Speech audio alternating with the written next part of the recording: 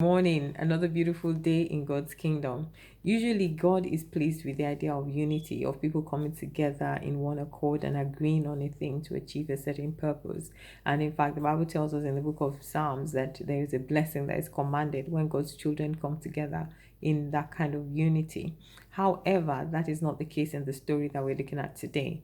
Today, in Genesis chapter 11, we are introduced to the people of the earth. The Bible says at that time, who all had one language and one speech. And they decided, that they were going to do a particular thing. They were going to build a city. And let's see from Genesis chapter 11, from verse 4. It says, they said, come, let us build ourselves a city with a tower that reaches to the heavens, so that we may make a name for ourselves. Otherwise, we will be scattered over the face of the whole earth. So God came down to see this tower and the city that the people were building. And the Lord said in verse 6, if as one people speaking the same language they have begun to do this, then nothing they plan to do will be impossible for them. Come, let us go down and confuse their language so that they will not understand each other. So the Lord scattered them again, scattered them from there over all the earth, and they stopped building the city, and the name of that city was called Babel.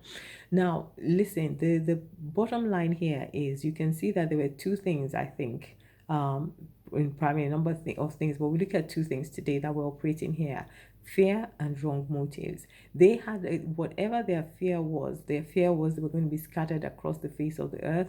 They had the wrong motives. They wanted to build the city because they wanted to make a name for themselves.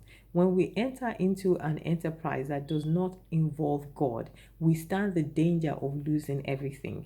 And so whatever it is that we desire to do in our hearts, let's bring it before the Lord and let's ask God what his own purpose is and what his will is for our lives. And then we'll begin to succeed in the things that we set our hands to do.